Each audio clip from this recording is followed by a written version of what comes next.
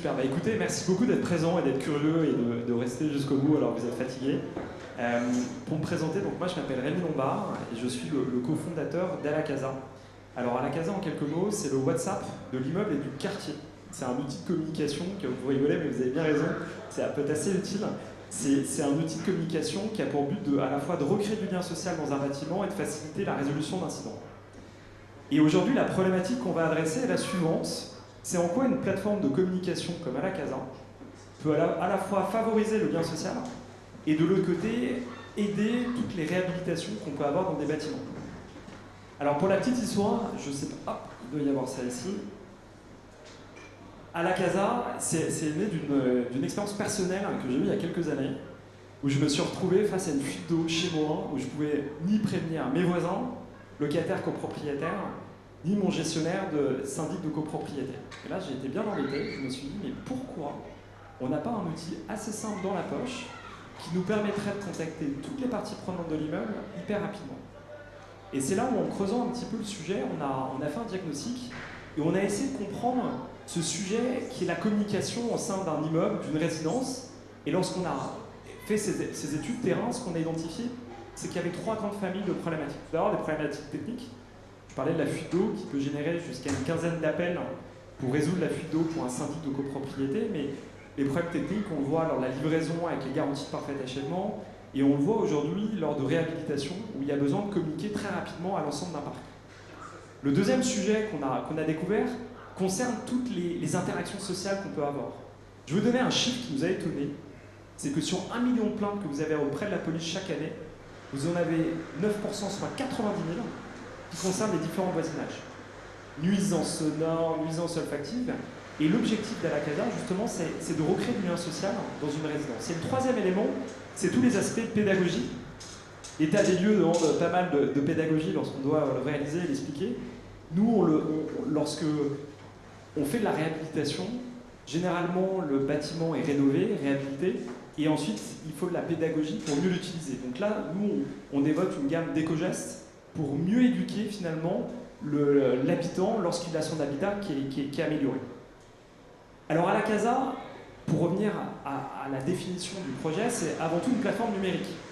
Cette plateforme numérique, vous avez une application pour des occupants de bâtiments et vous avez un tableau de bord pour des professionnels de l'immobilier. En ayant voyagé, j'ai découvert en Chine un projet qui s'appelait WeChat, qui est plus qu'un projet, qui est une application qui est déployée partout en Asie, 1,5 milliard d'utilisateurs.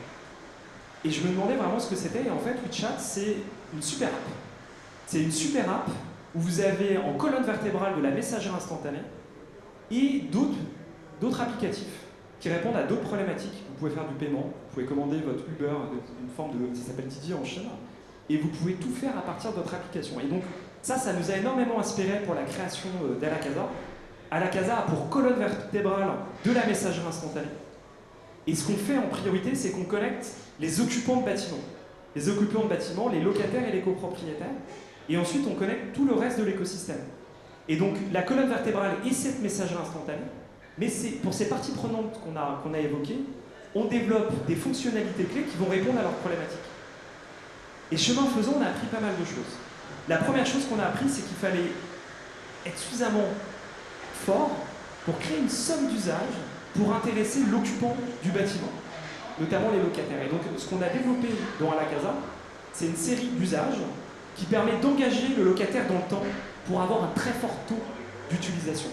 La deuxième chose qu'on a appris, c'est que pour qu'un outil comme le nôtre fonctionne, il fallait avoir un taux de pénétration par immeuble qui soit suffisamment important. C'est-à-dire un taux d'avoir au moins 50, 60, 70% d'immeubles qui soient embarqués pour que l'outil fonctionne dans le temps et qu'il soit efficace. Et donc, du coup, l'outil qu'on a développé, et ben, comme je vous le disais, il y a à la fois cette application pour les occupants de bâtiments, et de l'autre côté, ce tableau de bord pour les professionnels de l'immobilier, et cette application pour les occupants de bâtiments, elle fonctionne à plusieurs échelles. Elle fonctionne à plusieurs échelles pour apporter cette somme d'usage suffisante pour que les gens l'utilisent dans le temps. Et donc là, ce que vous avez, c'est 3 échelles. Vous avez l'échelle de la résidence, l'échelle du quartier et l'échelle du multi-quartier. Dans l'échelle de la résidence, vous avez finalement un WhatsApp de la résidence avec un répertoire structuré par bâtiment. Donc vous pouvez trouver le bâtiment 1, 2, hall A, hall B. Donc ça permet en fait de vraiment structurer finalement l'échelle de son territoire de vie. Vous avez ensuite une deuxième échelle, qui est celle du quartier, avec un fil d'actualité, vous allez retrouver des informations de la mairie, d'associations et de commerçants de proximité. Et la troisième échelle, c'est celle du multi-quartier, où vous avez une marketplace de biens et de services. Pourquoi tout ça? C'est pour engager l'utilisateur dans le temps en répondant à des problématiques du quotidien. Et ce qui est intéressant, c'est que ces fonctionnalités et la manière dont elles s'articulent permettent de recréer de la mixité sociale. En fait, on se déploie dans un immeuble, on est dans l'immeuble d'à côté, et grâce à la marketplace, vous pouvez très facilement trouver un babysitter pour garder vos enfants, un auxiliaire de vie pour aider des personnes âgées, trouver un prof de maths, et tout ça, ça permet de générer ce qu'on appelle de la solidarité d'intérêt entre deux bâtiments. L'autre point qui était important, c'est que nous, ce qu'on a essayé de développer, c'est un peu une infrastructure informationnelle qui se calque sur une infrastructure de bâtiments. Tous les bâtiments fonctionnent en silo, et à la Casa permet de recréer de l'échange entre des bâtiments qui ne se parlent pas. On se développe dans du logement social, dans du logement d'accession, dans des résidences étudiantes, et ça permet de recréer de l'échange, de la mixité finalement, entre des bâtiments qui fonctionnaient en silo. Le deuxième point qu'on a évoqué, c'est finalement ce tableau de bord qui est l'autre pendant de la résidence, de l'application pour les occupants. Cette application, ce tableau de bord, lui, est destiné aux professionnels de l'immobilier. Et il permet de faire plusieurs choses. La première chose qu'il permet de faire, c'est d'envoyer de l'information de manière unilatérale aux occupants de bâtiments. Donc ça veut dire que vous pouvez choisir à partir de ce tableau de bord, vous voyez à droite, vous pouvez choisir une résidence, choisir l'étage, choisir le bâtiment, et pouvoir envoyer l'information à la bonne personne au bon moment, que ce soit un locataire, choisir des filtres en fonction des statuts, locataire, copropriétaire, et envoyer l'information à la bonne personne et au bon moment. Et donc ça, c'est de l'information qui est descendante, et généralement ça, on le met à disposition de bailleurs sociaux, de promoteurs, de syndics de copropriété, de villes, de PT, d'établissements publics territoriaux. Et ce que vous voyez là, c'est la manière dont ça s'intègre dans l'outil. En fait, vous allez recevoir l'information comme à gauche, comme dans un groupe WhatsApp. C'est un groupe avec de l'information qui est unilatérale, les gens ne peuvent pas répondre, et donc à la fois on protège le bailleur social sur l'information qu'il va transmettre directement aux occupants.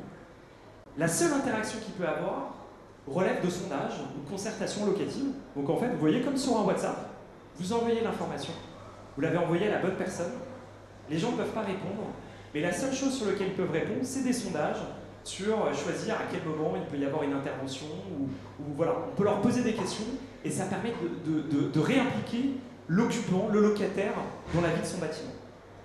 Ça, c'est l'information descendante. Et pour toutes les informations, on va dire, qui sont remontantes, là, on peut faire de la déclaration d'incident. Donc vous avez une ampoule cassée, donc là, on s'intègre généralement aux ERP, soit par des emails, soit par API, et ça permet en fait de faire remonter de l'information, mais filtrée, où on aide à qualifier finalement l'incident qui a eu lieu. Donc à la Casa, il y a finalement ce double mouvement, mais filtré, finalement, pour faciliter le travail du professionnel de l'immobilier. Et donc le sujet aujourd'hui qui nous rassemble aujourd'hui, c'est celui de la transition écologique et solidaire. Et c'est pour ça que nous, on a pris cette vague et on a développé un dispositif qui a pour but de faciliter la réhabilitation et la rénovation des bâtiments. Donc là, c'est un cas d'école, on travaille avec des bailleurs sur différents sujets. Là, c'est un cas original, c'est une ville. C'est l'EPT Boucle Nord de Seine, la ville d'Argenteuil, qui nous ont sollicité pour une ORCOD, une opération de réhabilitation de copro-dégradés. On intervient dans quelques copropriétés de cet ensemble de 3400 logements, 34 copropriétés. Et l'objectif, dans ce cas-là, qui est la copropriété, il est double.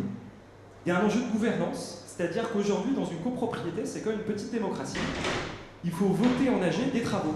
Et pour voter les travaux dans une AG, il faut atteindre une certaine majorité. Donc à la Casa est utilisé pour mobiliser l'ensemble des occupants pour venir pour voter lors de l'AG.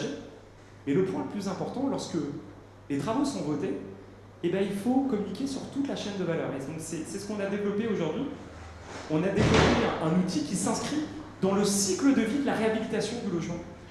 Et donc là, avant, évidemment, on peut faire la concertation locative, des sondages. On peut faciliter la prise de rendez-vous pour l'intervention de prestataires qui vont venir dans la réhabilitation du logement. Donc ça, c'est avant. Pendant, c'est évidemment communiquer au fur et à mesure des travaux. Ce qui est assez intéressant et utile, finalement, c'est de pouvoir communiquer la bonne information au bon moment. Donc de faire des programmations d'envoi bien organisées et de les envoyer à la bonne personne et au bon moment. Donc vous pouvez envoyer de l'information sur le bâtiment A ou le bâtiment B à telle heure, demain à 9h15, et de programmer tout ça en amont. Et le point qui est aussi important, c'est que par rapport à des SMS, par rapport à des mails, on a un taux d'ouverture qui est beaucoup plus important. On a une application, en fait, qui est un outil chaud que vous avez dans votre poche, vous recevez un push, et donc le point qui est intéressant avec Alacasa et par rapport à toute la stratégie multicanal que des bailleurs sociaux peuvent avoir, on permet en fait d'avoir un nouveau canal avec un meilleur taux d'ouverture et de toucher des personnes qui sont difficiles à toucher. Et donc depuis votre tableau de bord, vous êtes en capacité de voir le taux d'ouverture, qui a lu le message, il y a ça sur Facebook ou sur d'autres outils, et bien là on le met à disposition finalement de tous les professionnels de l'immobilier. Et puis lorsque les travaux sont réalisés, et bien il faut voir si les travaux sont bien faits. Et donc là on associe finalement l'occupant sur la certification, il peut prendre des travaux pour une sorte de quitus de la réalisation des travaux. Et puis surtout, on peut lui demander son avis. Là, aujourd'hui, on est vraiment dans la qualité de service, réinventer l'expérience de l'occupant final. Donc là, il peut noter si les travaux ont bien été réalisés. Donc voilà. Donc, ce qu'on voulait vous partager, c'est comme quoi une simple application de voisinage qui collecte des parties prenantes dans un immeuble et un quartier, en fait, arrive à favoriser la mixité sociale et à faciliter la réhabilitation des logements. Merci beaucoup. N'hésitez pas si vous avez des questions. Soyez curieux. Comment se fait la base en fait? Les gens s'inscrivent? Oui, exactement. Donc en fait, nous, on travaille avec différents partenaires. Par exemple, lorsqu'on travaille avec un bailleur social, on donne accès à un parc.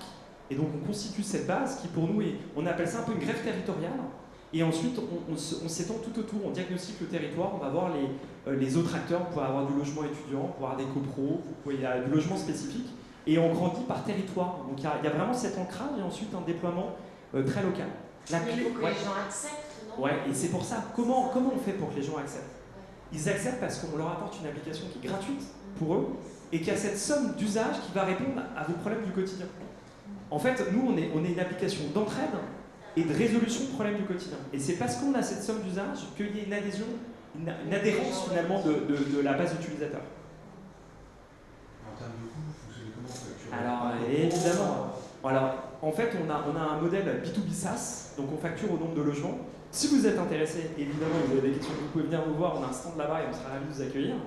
Mais voilà, en fait, ça fonctionne au volume, mais le business model, c'est surtout un business model B2B, en modèle SaaS, et on travaille avec des bailleurs, des promoteurs, des syndicats de copropriétaires, vous-même dans votre copro, et si vous regardez la vidéo, vous-même, je suis sûr que peut-être un jour, vous allez avoir un problème dans votre copro, que vous allez vous dire que vous avez besoin d'un outil efficace pour communiquer, qui soit RGPD compatible. Et là, il faut penser à Alacasa comme un outil efficace et qui va faciliter finalement la résolution de vos incidents. Donc pour répondre oui à votre question, c'est au logement, au lot principal, et c'est un abonnement qui est dans le temps, un abonnement récurrent, ça c'est très classique. D'autres questions? Eh bien merci de votre attention. Merci. Quel suivant?